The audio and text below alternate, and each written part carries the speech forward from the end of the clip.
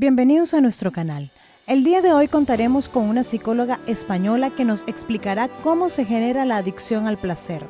También hablará sobre el exceso de dopamina y cuán importante es tener un propósito en la vida para alcanzar un estado de bienestar.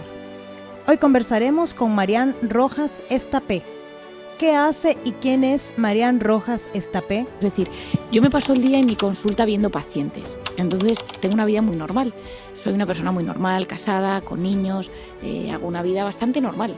Y me dedico como médico a ver pacientes en mi consulta. Lo que pasa es que hace unos años, pues con la ilusión de empezar a divulgar sobre lo que en ese momento era importante en mi vida, que era la experiencia que yo había tenido en Camboya, en el mundo de la prostitución infantil, empecé a impartir sesiones. Mi padre, el doctor Enrique Rojas, que es muy querido en este país, pues daba muchas conferencias y a veces cuando terminaba pues yo contaba alguna cosa y la gente le empezó a interesar de lo que yo hablaba. Y entonces tuve la suerte de que la editorial Planeta se puso en contacto conmigo y me dijo, escribe un libro. Y mi padre siempre me había dicho, a través de los libros se puede ayudar, a través de los libros se puede inspirar. Y me di cuenta que había otra forma de ayudar, aparte de la consulta, que al final es muy limitada porque el día tiene las horas que tiene. Y que los libros son una manera de acercar a las personas contenidos de la mente, de las emociones, de la neurociencia, en los cuales las personas se sienten identificados. Las personas sufren síntomas físicos o psicológicos y no hay nada mejor que entender lo que nos pasa, porque comprender es aliviar.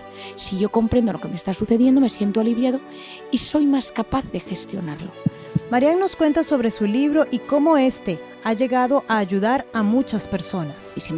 Todo esto comienza, la escritura de este tercer libro comienza, y te lo cuento en modo divertido. Yo estaba escribiendo otro libro, estaba escribiendo un tercer libro distinto a este, pero en mis conferencias y en parte de mi divulgación hablaba de este contenido, de la atención, de la dopamina, y en un momento dado me di cuenta que estaba escribiendo dos libros a la vez. Yo, que no tengo tiempo para escribir uno, estaba escribiendo dos. Y entonces me senté con mi editor y le dije, a ver, tengo que decidirme, ¿no? Y entonces decidí cambiar a este, que es el que hemos publicado, Recupera tu mente, reconquista tu vida.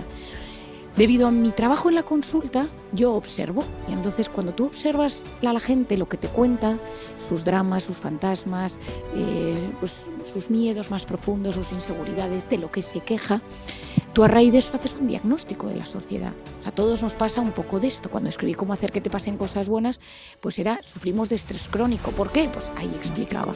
El primer diagnóstico de lo que nos está sucediendo es que vivimos intoxicados de cortisol. El cortisol es la hormona del estrés y se activa en momentos donde estamos amenazados. El caso típico es que uno va por la calle, aparece un ladrón, te tira al suelo y te agarra lo tuyo y sale corriendo, ¿no? Pero el cortisol no solo se activa en la supervivencia más física, que te persiga un león, que te atraquen o que hay un terremoto, sino también en la supervivencia emocional. Que venga tu pareja y te diga, tenemos que hablar, he conocido a otra persona, es supervivencia emocional. Y ahí puede ser que se active un pico de cortisol. Vivimos intoxicados de dopamina. Dopamina es una hormona buena, como el cortisol. Hoy estamos aquí gracias a que nuestros padres, abuelos, bisabuelos tenían mecanismos de cortisol y dopamina buenos, porque salían corriendo cuando aparecía el león, y la dopamina se activaba en el sexo y en la comida. Los dos mecanismos básicos para la supervivencia.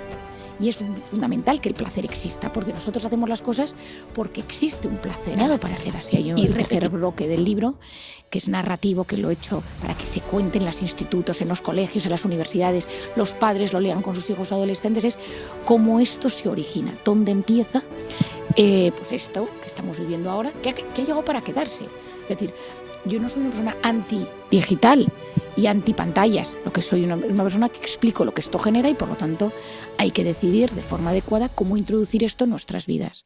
La doctora Marian clasifica como drogas no solamente a aquellas que conocemos de forma tradicional, sino otras que podemos pasar desapercibidas, como dulces, comidas, permanencias en las pantallas, hábitos, sentimientos o emociones que también son adictivas. Importante, es decir, TikTok es una droga. Cuando yo digo que algo es una droga es que tiene un potencial adictivo. Es decir, no todo, el alcohol es una droga, pero hay personas que consumen alcohol de forma controlada, de vez en cuando, y son personas que no viven enganchadas al alcohol. Pero cuando yo hablo de una droga, hablo de algo con un potencial adictivo o diseñado para ser adictivo. Esto es importante, este matiz.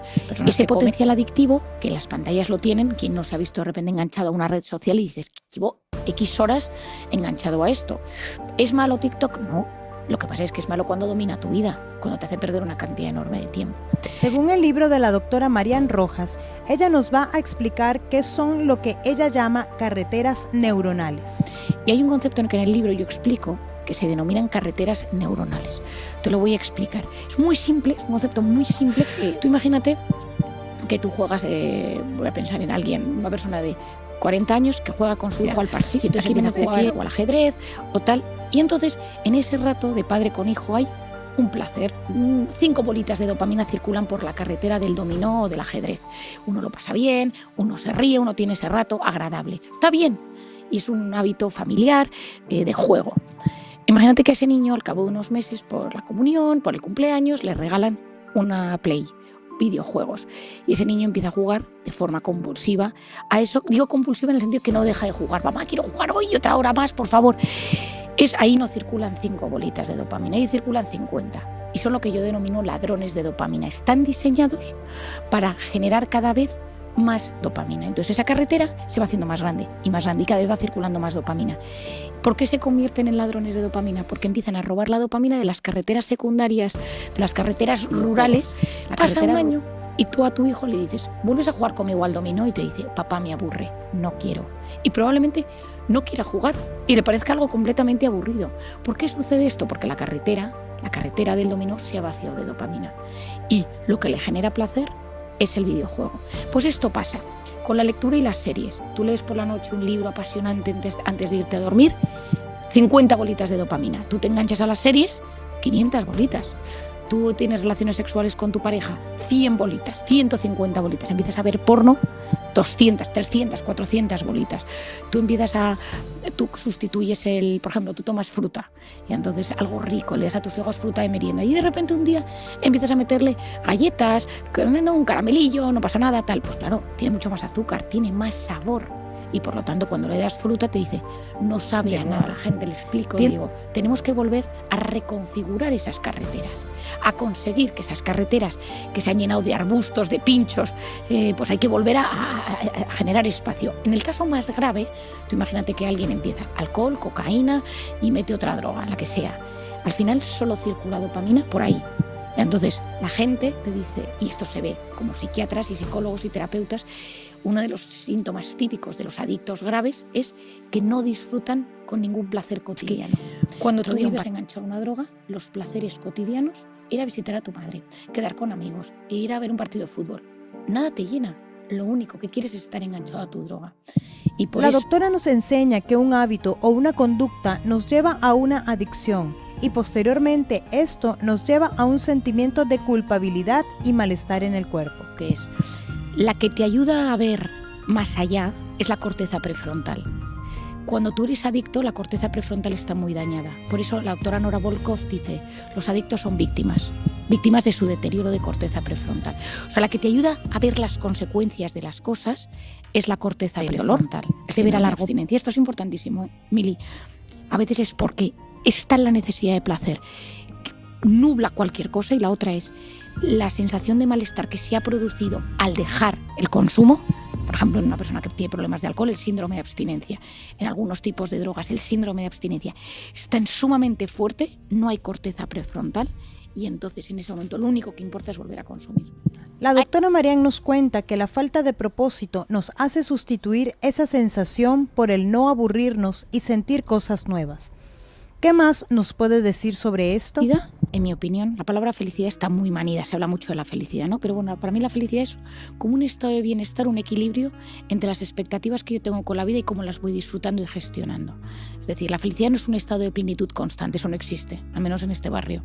Es decir, al final todos libramos batallas en nuestra vida. No hay nadie tan rico, tan poderoso, tan estupendo, que no tenga batallas en su vida, preocupaciones, inquietudes.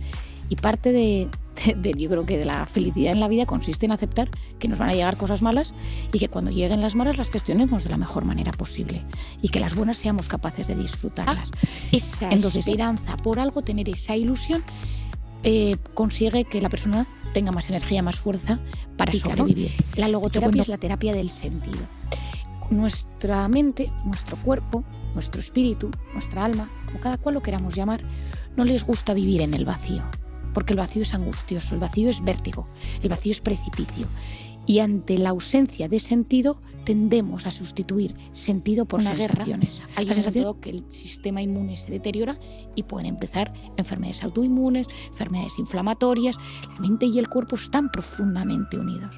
Por lo tanto, encontrarle un sentido, volviendo al principio, a veces no es fácil, porque encontrarle un sentido a las cosas requiere parar, reflexionar y hacerse preguntas que no siempre tienen fácil respuesta. Actualmente estamos acostumbrados a vivir de manera hiperactiva, entendiendo que esto puede perjudicarnos. Pero, ¿por qué se hace a veces tan insoportable el parar y no hacer nada y solo detenernos? Cuando nosotros dejamos de hacer cosas, entramos en ese arte de no hacer nada que llaman los holandeses el niksen, se activa la voz interior, la divagación mental. Si yo estoy bien, esa voz interior me ayuda, me inspira, me da ideas, asienta mi identidad, me ayuda a darle sentido a las cosas. Luego hablamos un poquito más de esta divagación mental, pero es muy importante que exista. Cuando yo estoy mal, estoy ansioso, estoy triste, estoy preocupado, tengo algo sin resolver, cuando yo dejo de hacer cosas y me paro y freno, ¡buf!, lo que viene. Miedos, inquietudes, fantasmas, inseguridades. Todo viene, todo aparece. Claro. O sea, tú te frenas un lunes por la mañana, que todos tenemos 1000 cosas que hacer, te tumbas, ahora empieza a respirar, no pienses en nada. Una angustia vital, porque a todo el mundo le viene pues sus pensamientos. Si eres una persona que no tienes un cierto equilibrio emocional, te vienen tus grandes temores, tus grandes miedos, tus grandes inseguridades. Ahí aparecen en ese momento. Entonces, cuando tú dejas de hacer, te enfrentas a tu voz interior. Y a veces esa voz interior no es nuestra mejor aliada. Es la que nos boicotea, la que nos dice, ten cuidado, no tienes que hacer esto. Entonces, cuando tú de repente ese tiempo lo dedicas a no hacer nada, que yo lo que digo en el libro, para nuestros oyentes, es un aburrimiento permitido. Es decir, me aburro sin culpa. Y de repente dejo de hacer cosas sin culpa. 10 minutos al día, 15. O sea, es decir, no hablo del elogio a una pereza mala. Eso no estoy refiriéndome a eso, sino a... Soy capaz de gestionar un momento el descanso. O sea, descanso y dejo un reposo mental, cierta quietud mental. Que eso es muy bueno. Para que ya luego yo pueda ir introduciendo en ese reposo pensamientos de agradecimiento o cada cual como quiera trascender en esa parte pues más meditativa o contemplativa, que es muy buena para el cerebro y muy buena para nuestra conexión con el entorno. Hasta aquí nuestro video de hoy. Gracias por acompañarnos y junto a la doctora Marian aprender para hacer de nuestra vida algo mejor. Si te gustó este video, danos like, comenta y suscríbete. Hasta la próxima.